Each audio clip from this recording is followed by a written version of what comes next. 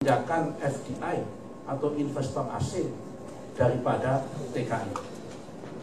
Ini yang pertama. Padahal ujung-ujungnya antara uang yang dimasukkan dari luar negeri ke Indonesia dengan fasilitas yang diberikan antara FDI atau investor asing dengan TKI tidak impas. Artinya lebih besar fasilitas dikasihkan investor asing daripada investor asing uangnya masuk ke Indonesia dibandingkan dengan fasilitas yang diberikan kepada TKI dengan devisa yang dikeluarkan oleh TKI terhadap Indonesia. Masih lebih untung dan lebih membawa keuntungan dan kemanfaatan TKI daripada terhadap investor asing. Tetapi kesan perhatian negara lebih memanjakan investor asing daripada TKI. Apa bentuk pemanjaan yang diberikan negara terhadap investor asing? Pertama, dari aspek perizinan dan proses untuk kemudahan usaha. Di dalam pelayanan investasi asing sudah ada yang disebut dengan one stop services, pelayanan satu pintu. Investor asing yang mau datang ke Indonesia demi uang masuk, datang ke BKPM, semua ada di BKPM. Dia mau investasi energi atau ESDM, orang ESDM yang dipaksa untuk datang ke BKPM, bukan investor yang dipaksa untuk datang ke ESDM. Dibalik. Tetapi bagi TKI untuk datang ke Indonesia, saya sebenarnya punya slide, kalau ada slide sampaikan, saya tidak apa-apa waktu. Untuk berangkat ke Taiwan atau ke negara lain, butuh mendatangi tempat 22 tempat atau 22 loket, mulai dari urus KTP sampai visa, sampai PAP, sampai berangkat ada 22 tempat. Dan sebagaimana layaknya di Indonesia yang belum terreform dengan baik, di setiap tempat masih ada duit. Kullu loketin fulusun, Mas. Setiap loket masih ada unsur fulus. Ini perbedaannya. Ini nggak bisa, tidak bisa. Yang kedua, BKPM atau investor asing dikasih fasilitas tax holiday 5 tahun. Apa tax holiday? Kebebasan bayar pajak. Ngeluh tentang infrastruktur, dibangunin jalan. Ngeluh tentang listrik, dibangunin listrik demi uang masuk. Ngeluh lagi tentang pembebasan lahan, diturunkan polisi sama tentara untuk pembebasan lahan. Ngeluh lagi setelah itu, Pak, mohon maaf ini tenaga kerjanya demo melulu, kalau nggak saya mau pindah pindah ke mana, ke Thailand atau pindah ke Vietnam, dibuatin outsourcing supaya nggak pada demo.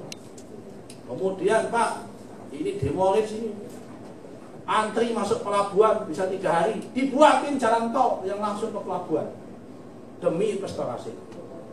Saudara-saudara tahu berapa angka investor asing setahun yang dia dapat?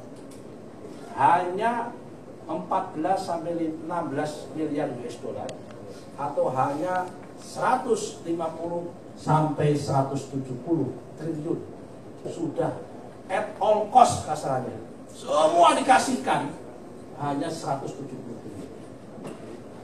Remitensi TKI hari ini, devisa yang dihasilkan tahun ini mencapai 8,4 miliar US dollar, atau setara dengan 95 triliun.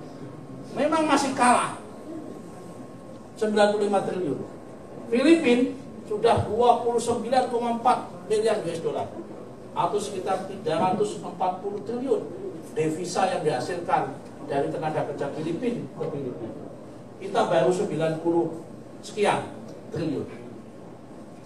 Seandainya, saya yakin, seandainya kemudahan-kemudahan yang diberikan oleh negara kepada TKI itu konkret, pelayanan-pelayanan dan perlindungan yang diberikan oleh negara itu solid dan lebih kuat ke depannya, saya yakin pasti remitensinya akan lebih meningkat daripada sebelumnya.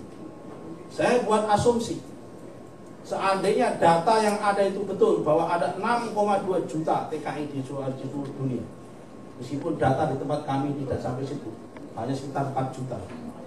Karena ada data 6,2 juta, ada data 4 juta, udah kita ambil tengah-tengah 5 juta aja. Daripada ribut soal angka kita berdebat gak ada habisnya.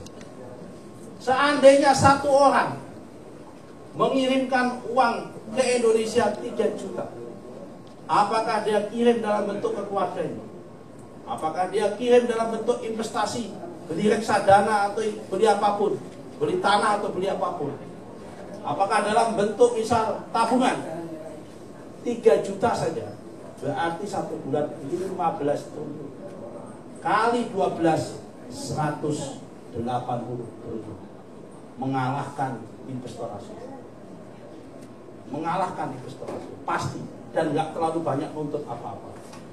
Karena itu, langkahnya bagaimana? Yang pertama, mau tidak mau kita harus melakukan perubahan tata kelola model penempatan yang sebelumnya 22 loket harus dilaksanakan dalam bentuk one stop service. Tidak boleh, orang terlalu banyak. Orang dari Banyuwangi untuk berangkat ke Taiwan, dia harus urus SKCK, kantor polisi, sampai Polda Surabaya. Ongkos lagi, balik lagi, ongkos lagi. Ke depan saya minta, kita akan usahakan, kita akan berjuang pada pemerintah harus one stop service. Hanya satu loket, di situ polisi, di situ imigrasi, di situ paspor, di situ kesehatan, di situ dukcapil, di situ semua online, sehingga gampang prosesnya, murah. Jargon kita pingin migrasi murah, migrasi aman, kerja nyaman, pulang sejahtera dan bahagia. Amin. Modelnya. Kapan nih? Kapan? Sedang Perjuangan diusahakan. itu butuh proses. Orang bikin anak aja ada proses. Jangan nggak boleh instan. Kemerdekaan hanya dicari dalam bentuk proses perjuangan. Sekarang pemerintah membuka untuk itu, tinggal dibantu. Jangan pesimis dengan kapan sampai nyinyir. Kita harus dibantu bersama-sama. Kita mencari jalan bagaimana cara membantu itu. Setuju. Oke? Oke. Lanjutkan.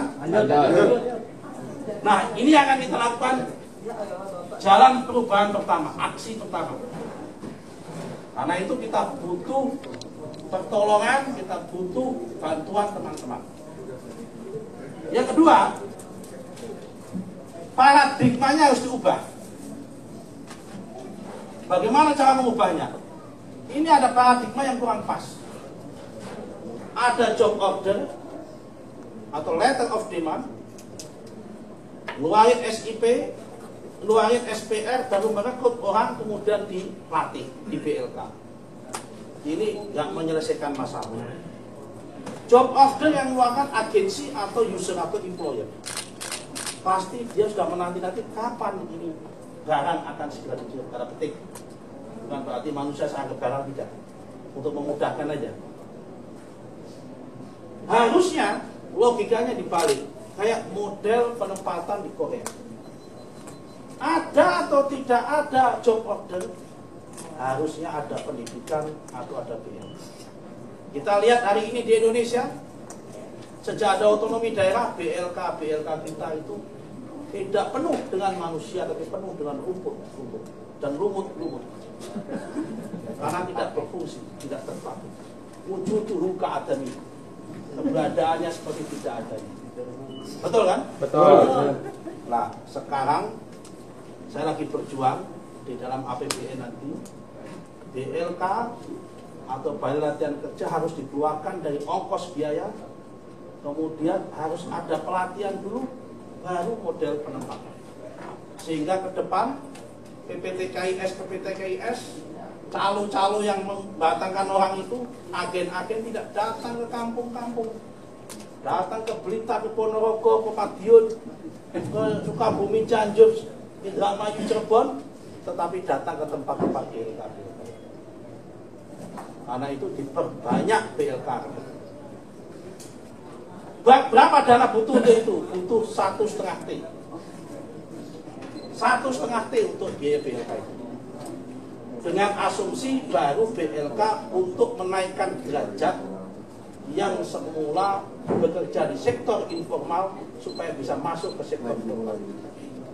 Karena sektor formal kita asumsikan tidak perlu dilatih lagi, tetapi yang dari informal supaya fasih bisa masuk menjadi informal membutuhkan 1,5 triliun. Dan Pak Jokowi punya komitmen untuk itu. Tinggal kita doakan inilah proses penyusunan anggaran perubahan APBN supaya bisa berlaku tahun ini. Kalau tahun ini berlaku kemudian semua akan berubah. Nah, model yang kedua, konsekuensi dari itu struktur biaya atau cost of structure menjadi berubah. Biaya BLK yang saat ini menjadi tanggung jawab tanggungan TKI, meskipun semula waktu berangkat tidak terasa, tapi ternyata tiba-tiba menjadi potongan. Betul? Betul. Otomatis nanti akan terkoreksi karena akan ditanggung dari